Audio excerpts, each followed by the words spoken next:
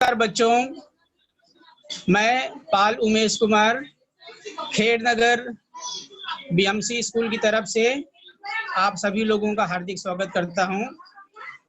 बच्चों, आज हम देखेंगे साइंस 2 में चैप्टर नंबर 10 सूचना एवं संचार प्रौद्योगिकी प्रगति की एक नई दिशा अर्थात आईसीटी।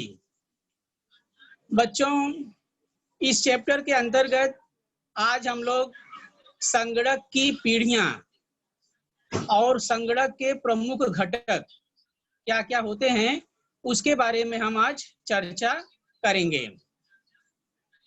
तो बच्चों, आप अपनी स्क्रीन के ऊपर देख सकते हैं,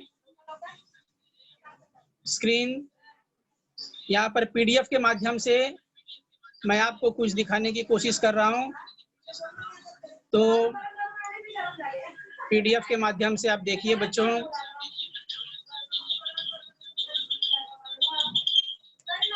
बच्चों, जैसा कि आप जानते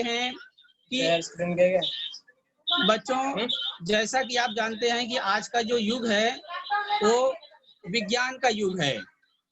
तब क्या है उस पे चलें।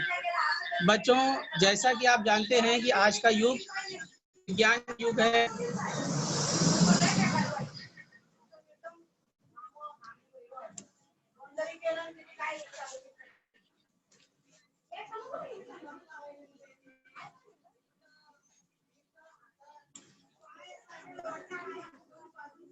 हाँ बच्चों, जैसा कि आप जानते हैं कि आज का जो युग है पूरा विज्ञान का युग है और पूरा कंप्यूटर का युग है। तो इस कंप्यूटर के अंतर्गत किस तरह से आज आईसीटी हमारे लिए महत्वपूर्ण हो चुका है उसी के बारे में देखते हैं। बच्चों, सबसे पहले आपको बता देता हूं कि आईसीटी का जो फुल फॉर्म होता है बच्चों, वो होता है information communication technology. Information communication technology, ये है बच्चों आईसीटी का फुल फॉर्म। इसके अंतर्गत हम लोग आईसीटी के जो विविध साधन हैं उसकी सहायता से हम लोग जानकारी को निर्मित करते हैं, उसको स्टोर करते हैं, उसका प्रसारण करते हैं और इनपुट आउटपुट करते हैं, लेन देन करते हैं, आदान प्रदान करते हैं, उसकी व्यवस्था कैसे उसको रखा जाए, सुरक्षित रखा जाए उसकी कोशिश करते हैं और बाद में उसका उपयोग कैसे कर सकते हैं जो जानकारी निर्मित की गई है, ये सब का अध्ययन किया जाता है। बच्चों, आज मनुष्य ने इतनी तरक्की की है कि यहाँ पर हम देख सकते हैं कि किस प्रकार से मिसाइल बना लिए हैं और इंसान जो है सारा संसार आज जो है वो उनकी मुट्ठी में समा गया है। आज विज्ञान ने इतनी तरक्की कर ली है। बच्चों, हम अपने घर में बैठकर पूरी दुनिया की जानकारी जो है वो ले सकते हैं कंप्यूटर के माध्यम से। आज का तंत्र ज्ञान इतना विकसित हो गया है कि हम एक स्थान पर बैठ करके दूसरे स्थान पर बैठे मनुष्य से बात कर सकते हैं। जैसे अगर हम भारत में हैं तो हम अमेरिका में, जर्मनी में, जापान में, अपने गांव में हम बात कर सकते हैं। ये सब संभव हुआ है बच्चों आईसीटी के माध्यम से। हम ना तो सिर्फ बात ही कर सकते हैं बल्कि हम उनकी तस्वीर भी देख सकते हैं। बच्चों, आज अगर मैं आप लोगों से बातचीत कर रहा हूं तो इसमें भी आईसीटी की एक अहम भूमिका है। जैसे कि मैं घर बैठे देखिए आप लोगों से बातचीत कर रहा हूं, आप लोगों का चेहरा भी देख पा रहा हूं, आप लोग भी मुझे देख पा रहे हैं। ये सब संभव है आईसीटी की वजह से, उसके साधन की वजह से। तो देखते हैं बच्चों कि आईसीटी के साधन कौन कौन से हैं। आप अपनी स्क्रीन पर देख सकते हो बच्चों, ये है आईसीटी का पहला साधन मोबाइल। फिर देख रहे हो बच्चों, ये है टेलीफोन। बच्चों, ये है कंप्यूटर, ये है लैपटॉप, डिजिटल कैमरा देख रहे हैं आप, डिजिटल कैमरा, जिस माइक्रोफोन, माइक्रोफोन भी आईसीटी का एक साधन है, रेडियो, टेलीविजन, और आजकल तो बच्चों, आजकल के जमाने में स्मार्ट टीवी आ गई है, एलईडी है, स्मार्ट टीवी है, ये सभी महत्वपूर्ण भूमिका निभा रहे हैं समाचार के आदान प्रदान करने के लिए। और बच्चों ये है अंतरजाल, जिसे हम कहते हैं इंटरनेट। और बच्चों सैटेलाइट अर्थात उपग्रह, ये भी आईसीटी का एक साधन है। यहाँ आप देख सकते हो बच्चों, फैक्स मशीन, कोई भी चीज अगर हमें किसी के पास भेजना है पेपर के माध्यम से, तो उसको इस तरह से मशीन अगर रहेगी तो उसके पास डायरेक्ट पहुंच जाएगी, फैक्स। बच्चों ये सब आप इससे परिचित हैं, ये है ईमेल। और जब मीटिंग वगैरह की जाती है बच्चों, जब मीटिंग वगैरह की जाती है, देखिए कि बॉस जो है वो मीटिंग ले रहा है अपने बाकी लोगों का, तो वीडियो कॉन्फ्रेंसिंग के माध्यम से जो है मीटिंग ली जा सकती है, कई लोग एक साथ में जुड़ सकते हैं, ये होता है वीडियो कॉन्फ्रेंसिंग।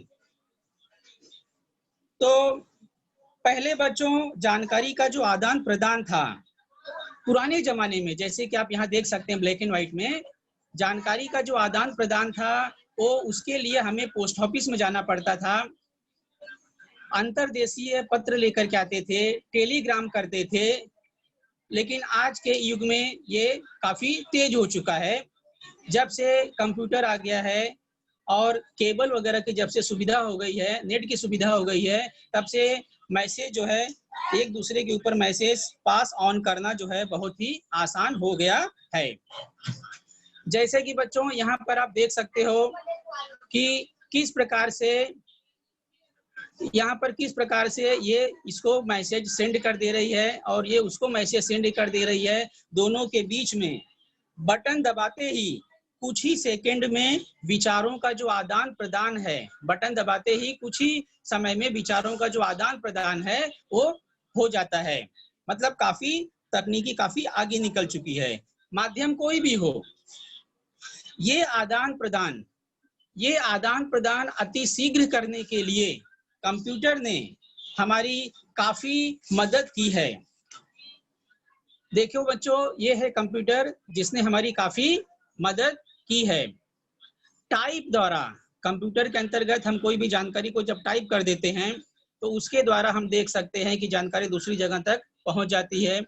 यहाँ पर सैटेलाइट के माध्यम से किस प्रकार से जानकारी का व्यवस्थापन और प्रसारण किया जाता है बच्चों। इंफॉर्मेशन जो है वो यहाँ पर इकट्ठा किया जाता है, भंडारण किया जाता है, उसको सुरक्षित रखा जाता है, बाद में जरूरत पड़ने पर उसका हम इस्तेमाल कर सकते हैं। बातचीत करने के लिए आईसीटी कितना उपयोगी है बच्चों, यहाँ पर हम देख सकते हैं कि बातचीत करने के लिए आईसीटी कितना उपयोगी है। उसकी वजह से जानकारी का संग्रह जो है बच्चों, इंटरनेट की वजह से जानकारी का जो संग्रह है बहुत ही तेजी से बढ़ गया है। इस तरह से ग्राफ जो है, इंटरनेट का जो ग्राफ है, जो डेवलपमेंट है वो बहुत तेजी से ग्रोथ कर रहा है, बढ़ते जा रहा है। आज के युग में चाहे डॉक्टर हो, चाहे इंजीनियर हो, या फिर डॉक्टर और इंजीनियर के साथ अकाउंटेंट हो, तो ये सभी लोगों ने अपने अपने क्षेत्रों में बहुत सारी प्रगति की है। देखिए डॉक्टर, इंजीनियर, अकाउंटेंट या इसके अलावा हमारे साइंटिस्ट, आर्मी ऑफिसर्स, ये सभी लोगों ने अपने क्षेत्रों में बहुत सारी प्रगति की है। आईसीटी के द्वारा बच्चों हमें हमेशा कुछ न कुछ सीखने को मिलते रहता है। जैसे कि यहाँ पर आप देख रहे हो कि सभी कुछ न कुछ यहाँ पर सीख रहे हैं, सीखने की व्यवस्था होती है, हमें हमेशा कुछ न कुछ नया सीखना पड़ता है।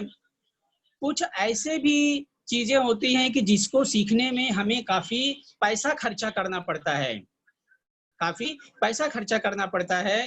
तो इसीलिए आजकल क्या कर रहे हैं, तो हम आईसीटी का सहारा लेकर के, कंप्यूटर का सहारा लेकर के ऑनलाइन जो है वो प्रयोग वगैरह को हम सीख सकते हैं। कि जैसे यहाँ पर देखो, ये प्रयोग सीखने की कोशिश कर रहे हैं।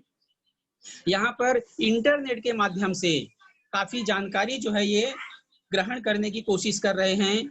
यहाँ पर देख सकते हो कि आजकल जानकारी वगैरह जो है ये पावर पॉइंट प्रेजेंटेशन बना करके काफी जानकारियां जो है हम दूसरों तक पहुंचा सकते हैं, जिसको पीपीटी के माध्यम से हम जानकारी पहुंचा सकते हैं। यहाँ पर देख सकते हो बच्चों की मौसम विभाग के अंतर्गत मौसम का अनुमान लगाने के लिए आईसीटी ने हमारी कितनी मदद की है। ये पूरा कंप्यूटर का एक हब है जहां पर मौसम की सूचना जो रहती है वो हमेशा अपडेट होती रहती है। मौसम कैसा होगा और कहाँ बरसात होगी, कहाँ गर्मी होगी, कहाँ धूप होगी, कहाँ मौसम बराबर नहीं होगा, ये सारी जानकारियां जो हैं संग्रहित की जाती हैं, इकट्ठा की जाती हैं। यहाँ देखिए तो उसी प्रयोग को यहाँ पर कंटिन्यू किया गया है। ये कुछ केमिकल्स वगैरह मिला करके कुछ नई चीज देखने की कोशिश कर रहे हैं। ये घर बैठे ही आईसीटी के माध्यम से संभव है। तो यहाँ पर देखिए बच्चों, मोबाइल, कंप्यूटर, ईमेल, मोबाइल और रेडियो, अंतरजाल, इंटरनेट, ये सब साधन जो हैं ये आईसीटी के ही साधन हैं। उसकी सहायता ले करके हम चीजों को देख सकते हैं। तो बच्चों देखो आईसीटी के साधन कितने महत्वपूर्ण साबित हुए हैं आजकल की डेट में। आईसीटी के साधन में सबसे अधिक महत्वपूर्ण भूमिका निभाता है संगणक। संगणक का मतलब होता है बच्चों कंप्यूटर। वो आज की डेट में सबसे ज्यादा महत्वपूर्ण भूमिका निभाता है। तो बच्चों देखते हैं ये रहा कि किस तरह से संगणक जो है वो उपयोग कर सकते हैं देखने के लिए। मेडिकल लाइन में भी संगणक किस तरह से उपयोगी है उसको आप यहाँ पर देख सकते हैं बच्चों।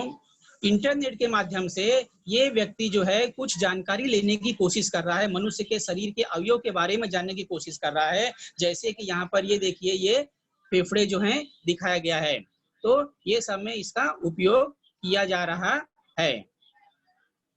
तो बच्चों ये देखिए ये है आपका संगणक जो काफी उपयोगी है। संगणक के बारे में आपको बता देता हूं बच्चों कि संगणक जो है ये एक प्रकार का इलेक्ट्रॉनिक डिवाइस होता है। ये इलेक्ट्रिक डिवाइस होता है।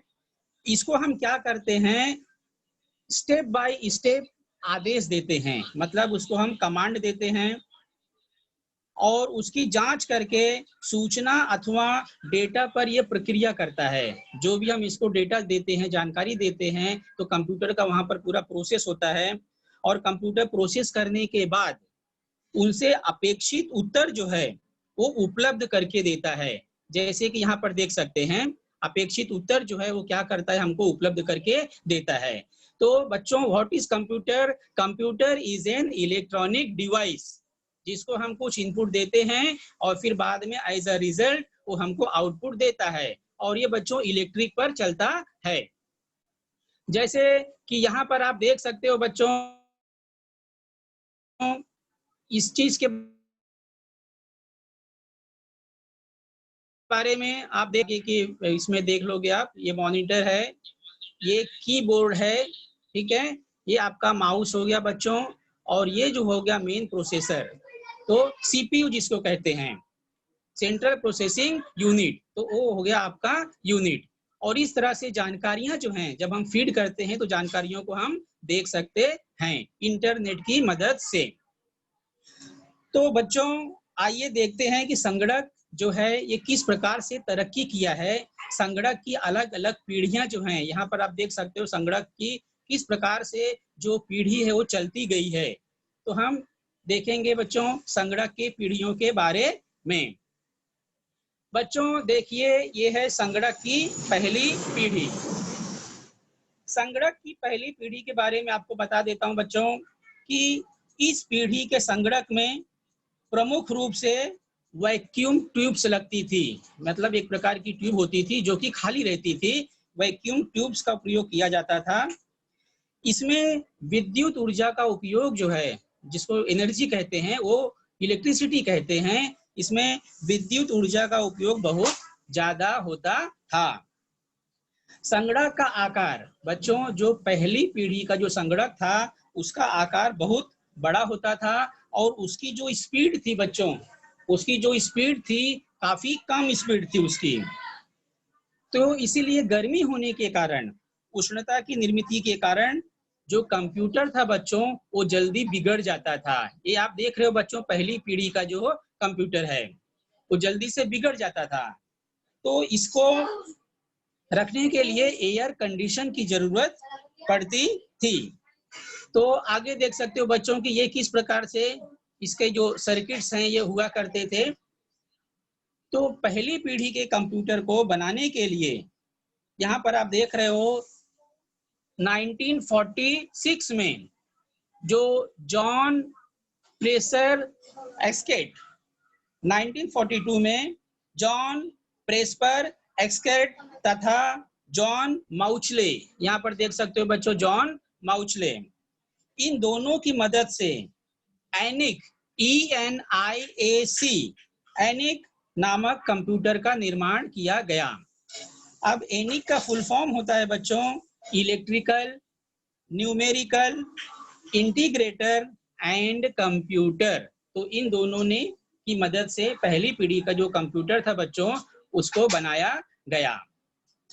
बच्चों ये देख लीजिए आप दूसरी पीढ़ी के कंप्यूटर। तो बच्चों क्या फर्क हुआ मालूम है कि दूसरी पीढ़ी के कंप्यूटर में वैक्यूम ट्यूब की जगह ट्रांजिस्टर का उपयोग होता था। दूसरी पीढ़ी के कंप्यूटर में वैक्यूम ट्यूब की जगह पर ट्रांजिस्टर का प्रयोग किया जाता था। तो बच्चों इससे फायदा क्या हुआ कि इस पीढ़ी के संगणक का जो आकार था, जो साइज था वो कम हो गया और उसकी जो स्पीड थी वो बढ़ गई। ट्रांजिस्टर का उपयोग करने से दूसरी पीढ़ी के कंप्यूटर की जो स्पीड थी वो बढ़ गई। और बच्चों तीसरा फायदा हुआ कि इसमें इलेक्ट्रिसिटी कम खर्चा होने लगी, विद्युत ऊर्जा का उपयोग इसमें क्या हो गया बच्चों कम हो गया। तो अब देखते हैं बच्चों हम तीसरी पीढ़ी के कंप्यूटर के बारे में। तो तीसरी पीढ़ी के जो कंप्यूटर हैं उसके बारे में देखो बच्चों। तीसरी पीढ़ी के जो कंप्यूटर थे वो किस प्रकार से दूसरों से भिन्न रहे वो दिखाने की यहाँ पर कोशिश की जा रही है बच्चों। तीसरी पीढ़ी के कंप्यूटर, यहाँ पर आप लोगों ने देखा था दूसरी पीढ़ी के कंप्यूटर जिसमें ट्रांजिस्टर का उपयोग होता था। अब देखेंगे तीसरी पीढ़ी के कंप्यूटर। ये इसमें क्या होगा बच्चों, तीसरी पीढ़ी के कंप्यूटर में आईसी का इस्तेमाल किया जाने लगा। बच्चों ये जो देख रहे हो ना आप ये क्या है, आईसी है। इसको बोलते हैं, आईसी का फुल फॉर्म होता है बच्चों इंटीग्रेटेड सर्किट। तीसरी पीढ़ी के कंप्यूटर में इंटीग्रेटेड सर्किट का उपयोग किया गया। और इसमें और क्या किया गया बच्चों तब्दीली, हजारों ट्रांजिस्टर्स, कैपेसिटर्स और रेजिस्टर्स, यहाँ पर खाली आपको रेजिस्टर्स ही दिखाई दिया है। तो इसमें हजारों ट्रांजिस्टर्स, कैपेसिटर्स और रेजिस्टर्स को एक छोटे सिलिकॉन के देखिए ये जो है सिलिकॉन का बनाया गया है चिप है, एक छोटे सिलिकॉन के चिप पर लगा दिया गया। क्या लगा दिया गया, हजारों ट्रांजिस्टर्स, कैपेसिटर्स, रेजिस्टर्स, ये एक छोटे से सिलिकॉन के चिप पर खुरेदने के कारण संगणक का जो आकार था वो और क्या हो गया बच्चों, छोटा हो गया। तीसरी पीढ़ी का जो आकार था ये दूसरी पीढ़ी से भी छोटा हो गया। क्योंकि इसके अंदर बच्चों इस्तेमाल किया गया आईसी इंटीग्रेटेड सर्किट। और उससे फायदा ये हुआ कि तीसरी पीढ़ी का कंप्यूटर और छोटा हो गया और इसकी जो रफ्तार थी या वेग थी या स्पीड थी वो कई गुना बढ़ गई। और इसमें भी विद्युत ऊर्जा का उपयोग दूसरी पीढ़ी की अपेक्षा कम होने लगा, मतलब इलेक्ट्रिक क्या करने लगा, ये कम खींचने लगा। अब देखते हैं बच्चों चौथी पीढ़ी के जो कंप्यूटर हैं। बच्चों चौथी पीढ़ी के कंप्यूटर में माइक्रो प्रोसेसर का उपयोग किया जाता था। चौथी पीढ़ी का जो कंप्यूटर था उसमें माइक्रो प्रोसेसर का उपयोग किया गया। तो और क्या चेंजेस किया गया, मैग्नेटिक कोर मेमोरी की जगह, ये थी मैग्नेटिक कोर मेमोरी, इसमें मैग्नेटिक कोर मेमोरी की जगह सेमी कंडक्टर, बच्चों ये देख रहे हो, ये देखिए ये है semi conductor. Magnetic core memory की जगह सेमी कंडक्टर मेमोरी का उपयोग किया गया चौथी पीढ़ी के कंप्यूटर में। इससे क्या हुआ कि संगणक प्रणाली का विकास और उपयोग जो है तेजी से बढ़ने लगा। इससे भी यही फायदा हुआ कि कंप्यूटर का जो आकार था वो कम हो गया और उसकी जो कीमत थी, जो पैसा देके जो हम खरीदते हैं उसकी जो कीमत थी वो क्या हो गई, कम हो गई। गति तथा भंडारण क्षमता, मतलब इसकी जो स्पीड थी, पहली, दूसरी और तीसरी पीढ़ी के कंप्यूटर की तुलना अगर करते हैं तो इसकी जो स्पीड थी वो बढ़ गई और इसकी स्टोरेज करने की जो क्षमता थी, मटेरियल को जो स्टोर करते हैं हम रखते, इंफॉर्मेशन को जो स्टोर करते हैं, भंडारण करने की जो क्षमता थी वो बढ़ गई बच्चों। इस कारण सामान्य लोगों के घरों में इसका फायदा क्या हुआ कि जो आम आदमी हैं, जो सामान्य लोग हैं, उनके घरों में भी ये कंप्यूटर क्या हो गए, पहुंचने शुरू हो गए। आम आदमी भी इस्तेमाल करने लग गया इस कंप्यूटर को। अब देखते हैं बच्चों पांचवी पीढ़ी का कंप्यूटर। पांचवी पीढ़ी के कंप्यूटर में बच्चों 2, 4 अथवा 8 कोर, ये कोर होती है बच्चों, इसकी सहायता से कंप्यूटर की जो स्पीड होती है वो और बढ़ाई जाती है। तो इसमें क्या किया गया, 2, 4 अथवा 8 कोर का उपयोग किया गया। और मतलब मल्टीपल कोर होने की वजह से, मल्टीपल कोर होने की वजह से और पैरेलल प्रोसेसिंग की वजह से इसकी जो स्पीड थी ये चौथे पीढ़ी की तुलना से भी और अधिक बढ़ गई, प्रचंड वृद्धि हो गई।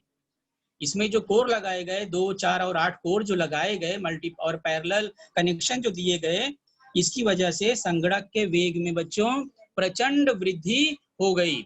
अब संगणक के कोर में जब प्रचंड वृद्धि हो गई तो संगणक का आकार जो हो गया बच्चों वो और छोटा हो गया। संगणक का जो आकार था वो और भी छोटा हो गया। तो देखिए बच्चों, ये पांचवी पीढ़ी के कंप्यूटर हैं। ये भी पांचवी पीढ़ी कंप्यूटर हैं, आकार में काफी छोटे हैं, स्पीड में काफी ज्यादा है और स्टोरेज करने की क्षमता भी काफी अधिक है। तो इस तरह से हम देखें कि इस पीढ़ी के जो कंप्यूटर हैं लोग ज्यादा से ज्यादा इस्तेमाल करने लगे, और क्योंकि ये हैंडी हो गया, ले कहीं पर लाना और ले जाना, कहीं पर भी इसको लाना और ले जाना बच्चों वो आसान हो गया।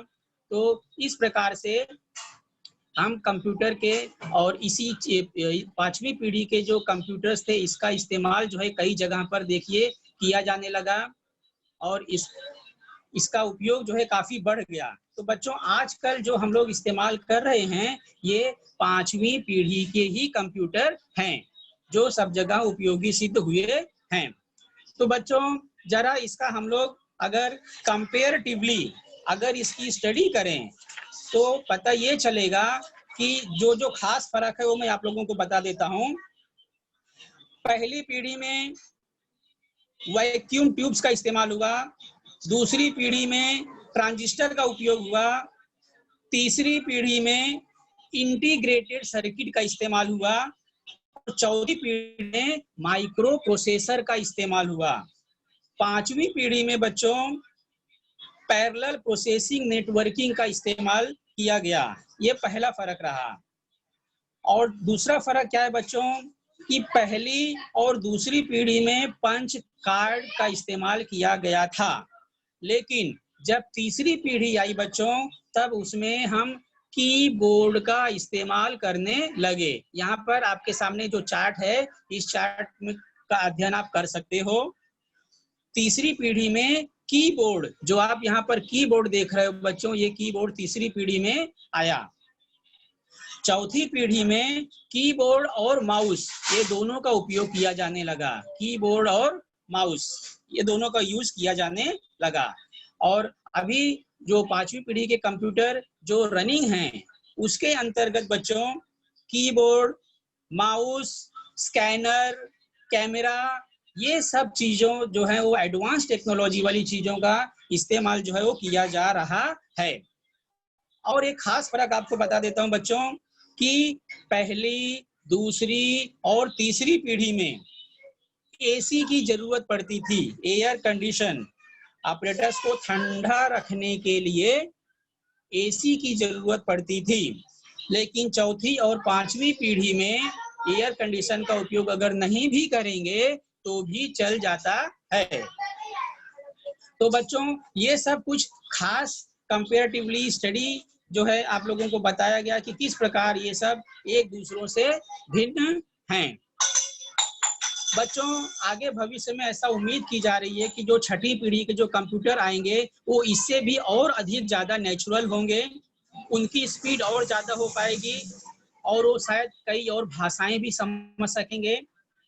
तो यहाँ बच्चों हम ये कह सकते हैं कि जैसे जैसे अगली पीढ़ी आती गई वैसे वैसे कंप्यूटर का आकार जो है वो छोटा होता गया, उनकी जो स्पीड है वो बढ़ती गई, स्टोरेज क्षमता जो है वो भी बढ़ती गई और उनको एक स्थान से दूसरे स्थान पर ले जाना आसान होने लगा। और खास बात यह है कि पीढ़ी दर पीढ़ी जो है वो कंप्यूटर की कीमत जो है वो कम होती गई। बच्चों यहाँ पर आपकी स्क्रीन पे देख सकते हो सुपर कंप्यूटर के बारे में बात की जा रही है। तो सुपर कंप्यूटर के अंदर भी कई माइक्रो प्रोसेसर को मिला करके बच्चों ये सुपर कंप्यूटर बनाया गया है। इसकी स्पीड जो है बहुत ही ज्यादा है। पुणे के कंप्यूटर वैज्ञानिक थे जिनका नाम है डॉक्टर विजय भटकर। इन्होंने अपने कुछ सहयोगियों के साथ, अपने मित्रों के साथ, कंप्यूटर मित्रों के साथ भारत का पहला सुपर कंप्यूटर बनाया। भारत का पहला सुपर कंप्यूटर बनाया और जिसको नाम रख दिया गया परम। परम का मतलब ही होता है सुपर। पहला सुपर कंप्यूटर इन्होंने बनाया। पुणे के वैज्ञानिक थे डॉक्टर विजय भटकर। बच्चों इसकी जो क्षमता है वो बहुत ही ज्यादा है। मैथमेटिकल कैलकुलेशन के लिए अगर आप देखेंगे तो वह प्रति सेकंड का मतलब बच्चों 1 सेकंड में, ये देखिए यहाँ पर लिखा हुआ है, वह प्रति सेकंड 1 अरब कैलकुलेशन कर सकता है। वो प्रति सेकंड 1 अरब कैलकुलेशन जो है वो कर सकता है। ये परम कंप्यूटर की हमारी खासियत है। तो इस तरह से हम ये सब देख सकते हैं। तो बच्चों इस तरह से अभी जो कंप्यूटर इस्तेमाल हो रहा है, 5वीं पीढ़ी के कंप्यूटर इस्तेमाल हो रहे हैं। परम कंप्यूटर क्या होता है इसके बारे में आप लोगों ने अभी देखा। तो इस तरह से कंप्यूटर जो है काफी उपयोगी और मददगार जो है आजकल हम सभी लोगों के लिए जो है वो साबित हुआ है। अब देखते हैं बच्चों ये जो कंप्यूटर है वो किस प्रकार से काम करता है। कंप्यूटर या संगणक किस प्रकार से काम करता है। देखो बच्चों सबसे पहले कंप्यूटर के अंदर हम कोई भी जानकारी को भरते हैं उसको बोलते हैं इनपुट करना। उसके बाद कंप्यूटर के अंदर पूरा प्रोसेस चलता है, वो हो गया प्रोसेस का हिस्सा। फिर जो भी मटेरियल हम इनपुट किए हैं अंदर प्रोसेस होने के बाद उसका क्या रिजल्ट आता है, क्या कंक्लूजन आता है, उसी को बोलते हैं बच्चों आउटपुट। मतलब इनपुट हुआ, उसके बाद प्रोसेस हुआ और प्रोसेस होने के बाद क्या हुआ बच्चों, आउटपुट हो गया। तो इसी चीज को शॉर्टकट में मैं आप लोगों को बता रहा हूं कि बच्चों किसी ने एक 4वीं या 5वीं में पढ़ने वाले बच्चे से पूछा कि बालक जरा कंप्यूटर के बारे में कुछ जानते हो तो आप मुझे बताओ। उस बालक ने अपने दिमाग का इस्तेमाल करते हुए क्या कहा कि खाना हम खाते हैं, भोजन को क्या करते हैं हम ग्रहण करते हैं, खाना हम खाते हैं तो इनपुट हो गया और वो खाना हमारे पेट के अंदर जाकर के पचता है तो वो क्या हो गया, प्रोसेस हो गया। और सुबह उठने के बाद जो हम मल त्याग कर देते हैं, ये जो लेटरिन कर देते हैं उसको वो क्या हो गया, आउटपुट हो गया। तो बच्चे ने अपने दिमाग का इस्तेमाल करते हुए साफ साफ शब्दों में कह दिया कि भोजन जो हमने ग्रहण किया वो इनपुट हुआ और खाना जब पच गया तो वो प्रोसेस हो गया और जो बाहर निकल गया मल के रूप में वो क्या हो गया, आउटपुट हो गया। तो हमारा कंप्यूटर भी बच्चों इसी फंडे पे काम करता है। और संगणक के बारे में थोड़ी सी और खासियत आपको बताते हैं बच्चों की। विशेषता होती है कि संगणक जो है वो उसकी स्पीड तो ज्यादा है ही है, उसकी स्टोरेज क्षमता भी बहुत ज्यादा है और बहुत ही सफाई से काम करता है। ये भी संगणक की खासियत है। जैसे कि अगर हम लिखते हैं किसी की हैंडराइटिंग अच्छी हो सकती है, किसी की खराब हो सकती है, किसी की बहुत ज़्यादा अच्छी सुंदर हो सकती है, लेकिन कंप्यूटर जो है बहुत ही सफाई से काम करता है, कोई गलती नहीं करता है। कमांड वगैरह अगर सब उसको सही दिए गए हैं तो कोई गलती नहीं करता है वो, और ये कम खर्चीला होता है, लेस एक्सपेंडिचर होता है, कम खर्चीला होता है। और जैसे इंसान को अगर हम लगातार काम करने के लिए बोलेंगे तो एक टाइम ऐसा आएगा इंसान क्या हो जाएगा, थक जाएगा, बोलेगा बस बहुत हो गया, अब मैं थक चुका हूँ, अब मैं काम नहीं करूंगा। लेकिन बच्चों जो कंप्यूटर है हमारा, वो बिना थके बिना रुके काम को कर सकता है। तो ये थी बच्चों कंप्यूटर की खासियत, बिना रुके बिना थके जो है हमारा जो कंप्यूटर है वो काम कर सकता है।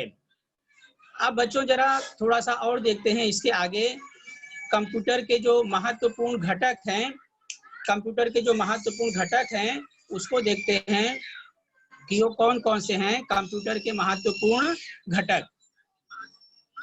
तो इसके जो घटक के अंतर्गत अगर हम देखेंगे तो बच्चों संगणक का जो महत्वपूर्ण घटक होता है वो होता है मेमोरी। संगणक का महत्वपूर्ण घटक होता है मेमोरी। इसके पहले मैं आपको थोड़ी सी और जानकारी दे देता हूं कि बच्चों कि देखिए ये जो है ये आपका मॉनिटर हो गया, ये माउस हो गया, पहले भी एक बार आपको बता चुका हूं, और ये जो है कीबोर्ड हो गया जिससे हम किसी भी इंफॉर्मेशन को इनपुट करते हैं, और ये हो गया बच्चों आपका सीपीयू जो प्रोसेस करता है, सीपीयू जो कि प्रोसेस करता है। यहाँ पर भी देख सकते हैं कि किस प्रकार से जो है कंप्यूटर जो है ये वर्क करता है। यहाँ पर भी देखिए इनपुट प्रोसेस, इनपुट एक तो हो गया इनपुट यूनिट, दूसरा हो गया कि प्रोसेसिंग यूनिट, और तीसरा हो गया बच्चों आउटपुट यूनिट। इनपुट यूनिट के अंतर्गत क्या होता है, संगणक का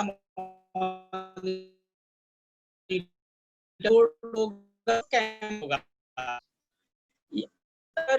के अंतर्गत ये आपका सीपीयू होता है।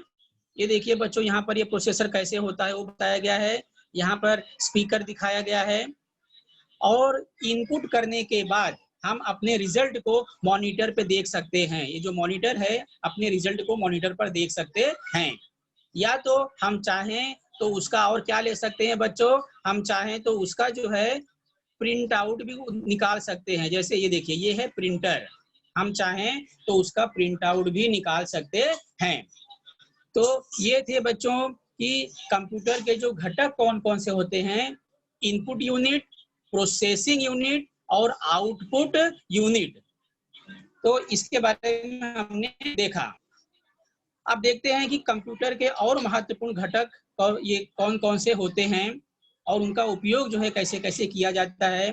तो जिस प्रकार से कंप्यूटर जो है इतना उपयोगी साबित हुआ, तो उसका यूज बच्चों हम लोग शॉपिंग के अंतर्गत करते हैं, कहीं मॉल वगैरह में जाते हैं खरीदारी करने के लिए, बहुत सारे अलग अलग क्षेत्र हैं मॉल के अंतर्गत करते हैं, या फिर डॉक्टर्स जो हैं अपने क्लिनिक अंतर्गत वगैरह के लिए बड़े बड़े जो ऑपरेशंस वगैरह होते हैं और जो पोस्टमार्टम्स वगैरह होते हैं, वो सब चीजों को किस प्रकार से वहां पर मतलब कमरे में बैठे बैठे पूरा रिकॉर्डिंग उसकी देखते हैं, उसके ऊपर रिसर्च करते हैं, रिजल्ट निकालते हैं, कंक्लूजन निकालते हैं। मेडिकल फील्ड में भी इसका जो है उपयोग किया जा रहा है। बैंकिंग सेक्टर में बच्चों तो उपयोग किया ही जा रहा है, इंडस्ट्रीज में भी इसका काफी इस्तेमाल जो है वो हो रहा है। हमारे रिसर्च सेंटर में भी संगणक का काफी अच्छा प्रयोग हो रहा है। हमारे जो आर्मी ऑफिसर्स है, आर्मी लाइन में भी, नेवी लाइन में भी और अन्य दूसरी लाइनों में भी कंप्यूटर जो है बहुत ही महत्वपूर्ण साबित हुआ है। तो ऑनलाइन आजकल बच्चों जैसे आपको पता है कि ऑनलाइन जो है टिकट की हम रिजर्वेशन करा देते हैं, चाहे बस का टिकट हो, रेल का टिकट हो, फ्लाइट का टिकट हो, तो ऑनलाइन रिजर्वेशन के अंतर्गत जो है ये कंप्यूटर काफी मददगार साबित हुआ है। घर बैठे आपको सुविधा मिल रही है आईसीटी की बदौलत। तो इस प्रकार से आईसीटी जो है कितना इम्पोर्टेंट है। और खास बात है बच्चों आप लोगों के लिए, देखिए अभी अभी कोविड-19 के चलते हुए, कोरोना वायरस के चलते हुए स्कूल, कॉलेज, इंस्टीट्यूट जब सब बंद हैं, लेकिन फिर भी पढ़ाई जो है वो चालू है। इसका मेन जरिया है ऑनलाइन एजुकेशन, जिसकी में आईसीटी की वजह से मैं आपसे जुड़ पा रहा हूँ, आप हमसे जुड़ पा रहे हैं और अन्य लोग भी एक दूसरे से कनेक्टेड हैं, आपस में कम्युनिकेशन चल रही है, पढ़ाई अपनी जगह पर चल रहा है। ये देखिए कितना पूर्ण है आज की डेट में। ऑफिस वगैरह में भी जब लोगों को मीटिंग वगैरह करनी रहती है, तो वहां पर भी इसी तरह से मीटिंग ले करके लोग एक दूसरे से कनेक्ट होते हैं और जुड़ते हैं। कृषि क्षेत्र में भी कंप्यूटर काफी महत्वपूर्ण भूमिका जो है वो निभा रहा है और बहुत सारे उद्योगों में भी इसका इस्तेमाल हम देख सकते हैं कहाँ-कहाँ पर हो रहा है देख। और यहाँ पर भी इस स्लाइड के माध्यम से भी आप देख पा रहे हो कि कहाँ नहीं है कंप्यूटर, वो सोचिए। पहले जब कंप्यूटर नहीं था तो काफी सोचना पड़ता था, जैसे ये अभी विचार में अपने मगन हैं कि ये काम कैसे होगा, वो काम कैसे होगा, बैंक में जाना है। एक छोटा सा एग्जांपल दे रहा हूँ, बैंक में पहले हम जाते थे, पैसा निकालने के लिए फॉर्म भरते थे, वो सबमिट करते थे, लाइन लगाते थे, फिर पैसा ले करके घर पे आते थे। लेकिन अगर अब आजकल अगर देखेंगे तो हमारे पास एटीएम है, एटीएम की सुविधा है। एटीएम गए और तुरंत बिना लाइन लगाए तुरंत अपना कैश विथड्रॉल कर लिए और डिपॉजिट भी करना होता है तो आजकल डिपॉजिट भी हम कर सकते हैं। तो इस तरह से देखिए पहले उदास रहने वाला व्यक्ति आज यहाँ कितना खुश है कि अरे वाह, ये तो घर बैठे ही अपना सारा काम हो गया। पहले अगर हमें गांव में पैसा भेजना रहता था या फिर किसी को पैसा ट्रांसफर करना रहता था तो उसके लिए बच्चों जा करके मैंने लोगों को देखा है कि 1-1 घंटे 2-2 घंटे पहले फॉर्म लेते थे, फॉर्म भरते थे, लाइन लगाते थे, फॉर्म चेक होता था उनका और पूरा उनका आधा दिन नुकसान हो जाता था। लेकिन अभी खाली फिंगर टिप जो है वो खाली उन्होंने एक बार क्लिक किया और पैसा जो है एक अकाउंट से जिसके अकाउंट में भेजना रहता है पूरा क्या हो जाता है बच्चों, ट्रांसफर हो जाता है। तो इस तरह से हम कंप्यूटर की अहमियत को बच्चों समझ सकते हैं कि किस फील्ड के अंतर्गत कंप्यूटर जो है वो नहीं है बच्चों, वो हमको देखना है। तो इस प्रकार से कंप्यूटर जो है वो काफी मददगार साबित हुआ है। तो बच्चों हम बात करते हैं कंप्यूटर की मेमोरी के बारे में। संगणक में 2 प्रकार की मेमोरी होती है बच्चों। एक होता है इंटरनल मेमोरी, जैसे मोबाइल हम जब कोई खरीदते हैं तो उसकी एक इंटरनल मेमोरी होती है, उसको हम क्या बोलते हैं, इनपुट, इनबिल्ट है वो। मोबाइल के अंदर वो क्या होता है, इनबिल्ट होता है, पहले से होता है, वो हो गया इंटरनल मेमोरी। और दूसरी होती है एक्सटर्नल मेमोरी। एक्सटर्नल मेमोरी का मतलब ये होता है कि उस मोबाइल के अंदर अगर हम बाहर से कोई मेमोरी लगाना चाहें तो लगा सकते हैं। जैसे कोई मेमोरी लगा दिए 2 जीबी का, 4 जीबी का, 8 जीबी का, 16 जीबी का, 32 जीबी का, उसकी क्षमता के अनुसार। मतलब बाहर से जो चीज लगाई जाती है वो एक्सटर्नल मेमोरी के अंतर्गत आता है। बच्चों जो इंटरनल मेमोरी है बच्चों, उसमें जो है 2 प्रकार होते हैं, एक रैम होता है और दूसरा रोम होता है। रैम का मतलब होता है बच्चों रैंडम एक्सेस मेमोरी। हाँ, इसके बारे में मैं आपको थोड़ा बताना चाहूंगा। रैंडम एक्सेस मेमोरी जो है बच्चों, देखो ये है रैंडम एक्सेस मेमोरी। ये इलेक्ट्रॉनिक पार्ट से बना हुआ होता है। इसको चलाने के लिए विद्युत जरूरी है, मतलब इलेक्ट्रिसिटी चाहिए ही चाहिए। अगर इलेक्ट्रिसिटी नहीं मिलेगी तो रैम काम करना बंद कर देगा। मतलब इलेक्ट्रिक सप्लाई बंद होने पर कंप्यूटर जो है वो बंद हो जाता है, ये आप सबको भी मालूम है। मतलब इलेक्ट्रिसिटी इज मस्ट। और बच्चों इसके बाद जो देख रहे हो ये है रोम, ROM, रोम अर्थात read only memory. Read only memory क्या होता है बच्चों, इस मेमोरी की सूचना जो है हम केवल पढ़ सकते हैं। इसके अंदर क्या इंफॉर्मेशन है उसको हम खाली क्या कर सकते हैं, पढ़ सकते हैं। इसमें हम अपने मन से कोई भी चेंजेस नहीं कर सकते हैं। मतलब जो ओरिजिनल सूचना है, ओरिजिनल सूचना में हम कोई भी परिवर्तन नहीं कर सकते हैं। ये रैम और रोम में डिफरेंस है। ये आप देखा तो यहाँ पर देख सकते हो, ये भी बच्चों किसमें आएगा, रीड ओनली मेमोरी। ये भी रोम है, ROM, कि इसमें कोई भी परिवर्तन हम कर नहीं सकते हैं। ये देखिए, ये इसकी जो चिप्स है, इसकी सूचना हम खाली पढ़ पाएंगे लेकिन चेंजेस नहीं कर पाएंगे। ये एक्सटर्नल मेमोरी है बच्चों, जो अदर से हम बैकअप देते हैं, ये भी एक्सटर्नल मेमोरी के अंतर्गत आएगा। देखिए बच्चों कि कंप्यूटर के अंदर पहले हम कोई कंटेंट, कोई भी मटेरियल, कोई भी इंफॉर्मेशन चाहिए तो हम इसमें कॉपी कर लेते थे। या यहाँ पर भी देख सकते हो, ये डिस्क का इस्तेमाल हो सकता है।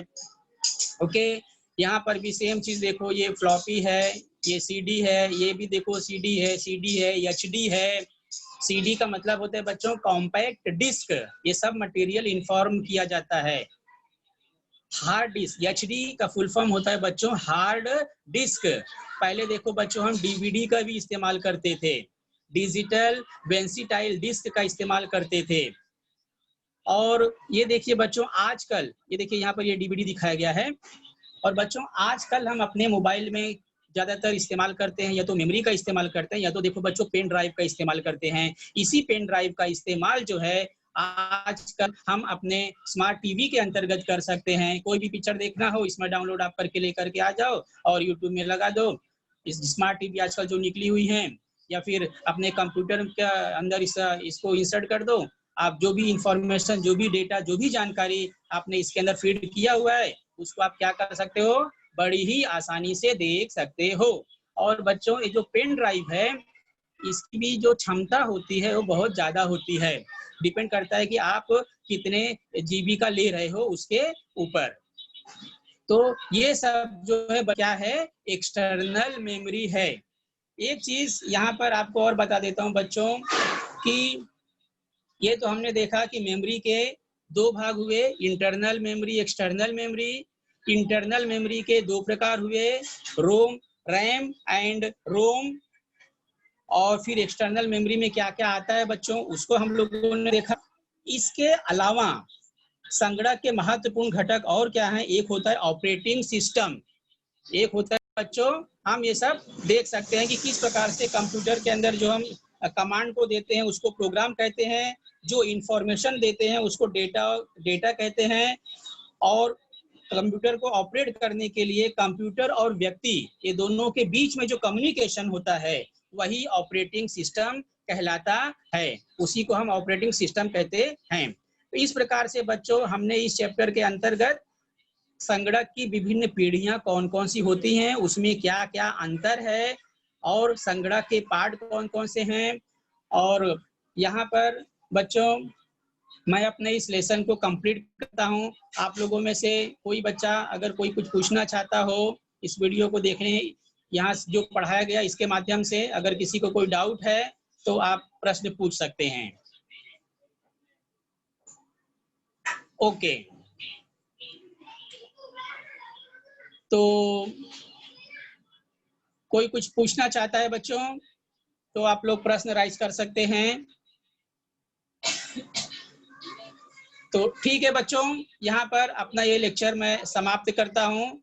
बहुत बहुत धन्यवाद। Have a good day.